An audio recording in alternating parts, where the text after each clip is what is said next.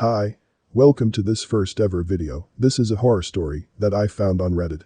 Hope you like this video. I used to live at a small farm in the US growing up, but as soon as I was 18, I moved out instantly, and I'll tell you why. When I was 12, me and my best friend Zach, who lived down the road, used to go in the woods to play. Since we lived in the country, there was almost nothing to do. We would always explore and pretend to be treasure hunters. I always used to take my dad's old cowboy hat, and Zach would take his small shovel every day. But if it was a bad day, we would just play some games on my Nintendo 64. This happened like 13 years ago, so it was the best you could get.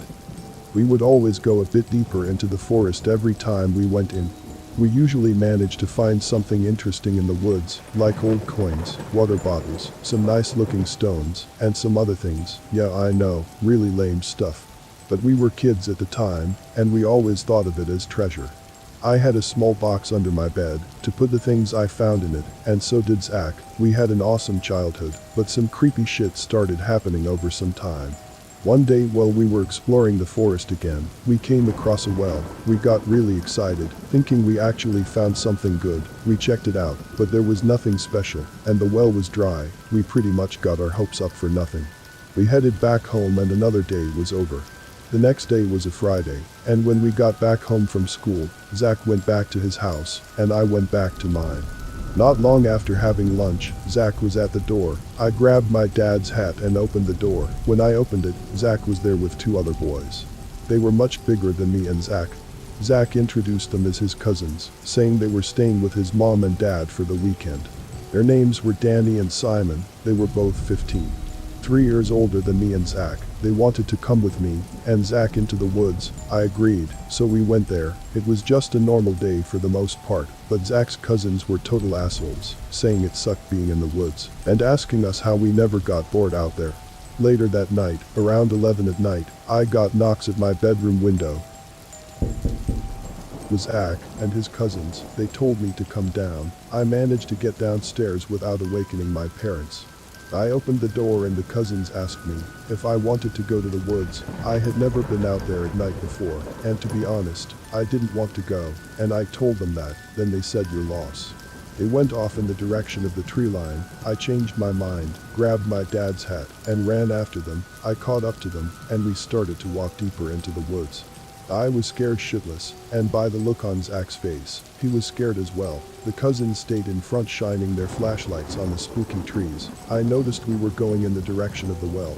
I know the place like the back of my hand, so I had a plan in case shit hit the fan. We were coming up on the well. Suddenly the cousins stopped and turned off their flashlights. We asked them what was wrong. They stood still like statues. Then we went around them. Since we stayed behind them, and I froze as well, there was a person standing in front of the well. Not looking in our direction thankfully, I stood there like a statue, not knowing what to do. Then one of the cousins, I think it was Simon, whispered, "Turn around slowly, and walk away slowly. Don't make any sudden moves." I complied, and we all turned around and started walking back slowly, so that figure wouldn't notice us. Then the terrible happened. I stood on a stick by accident and made it snap. It was loud. And we weren't far away enough from that figure, so we all stopped again. I looked back, and the figure was now looking at us. I almost fainted with fear. Then Danny screamed "Roo-roo." We all floated.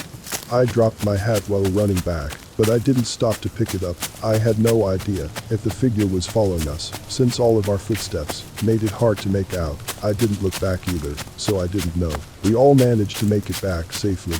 I ran into my house and slammed the door shut. My parents were awake, and I got shouted at by my parents, and I was grounded for a week, but they also looked really relieved. My mom hugged me and said, "I'm so glad you're safe." I was confused and asked them what they were so worried about. Then they told me something that made me even more scared. They told me that recently, an escaped killer was on the loose, and he was last spotted in our area. And when my dad saw that I wasn't in my room, since he would usually check up on me and the front door wasn't shut, they thought I had been kidnapped, and they were about to call the police. When I came through the door, after hearing that, I started crying. My parents asked me why. I told them what had happened. Their faces were full of horror. After telling them that, they called the police immediately. Later on, they arrived. I explained everything to them. They said they would take a look in the woods, so they did. Half-hour later, they came back with nothing, but they said that next day they would bring more cops to search the area some more, and warned me not to go into the woods again. I obliged.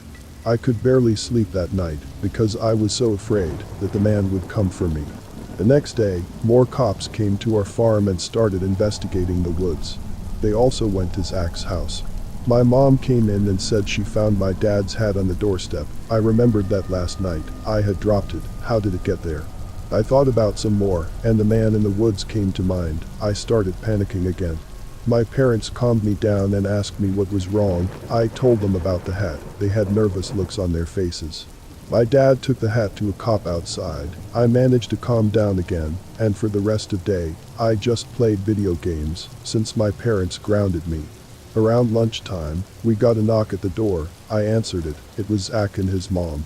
Zach's mom asked me if she could talk to my parents. I told my parents they were at the door. Then they told us to go in my room and play something. I put my ear against the door and listened. Zach's mom told my parents that Danny wasn't in the house in the morning. And after hearing the news about that creep in the woods, she began to worry. One thing didn't make sense though. All four of us made it out safely. I was confused. Then Zach told me something that scared the living shit out of me. He said Danny had left the house when they got back. He left while Simon and Zach were sleeping, although Zach wasn't sleeping. Zach said he looked out the window and saw him walk into the woods. He wanted to stop him, but he said he was too scared to go out there again. He never came back. I asked him why he left. Zach didn't know. Then Simon came over to hang out later on. I asked him if he knew why Danny left the house. He said he had an idea. Danny always used to carry around his dead mother's ring with him, since his mom had died a year prior to the events of the story. He always used to keep it in a box, and he would take it wherever he would go, and Simon checked the box in the morning, and it was empty. He must have dropped it while we were running from that guy last night, he said. After that day, as weeks went by, the guy in the woods was never caught. The cops started an investigation on Danny's disappearance. He was also never found. And me and Zach never went back into the woods again. Once we reached 18, we bought a house between each other and became roommates. Nothing's better than having a roommate as your best friend. I'm 25 now. I live with my girlfriend and I still hang out with Zach, but even after all that time, I still think about that night every day, and I probably will for the rest of my life.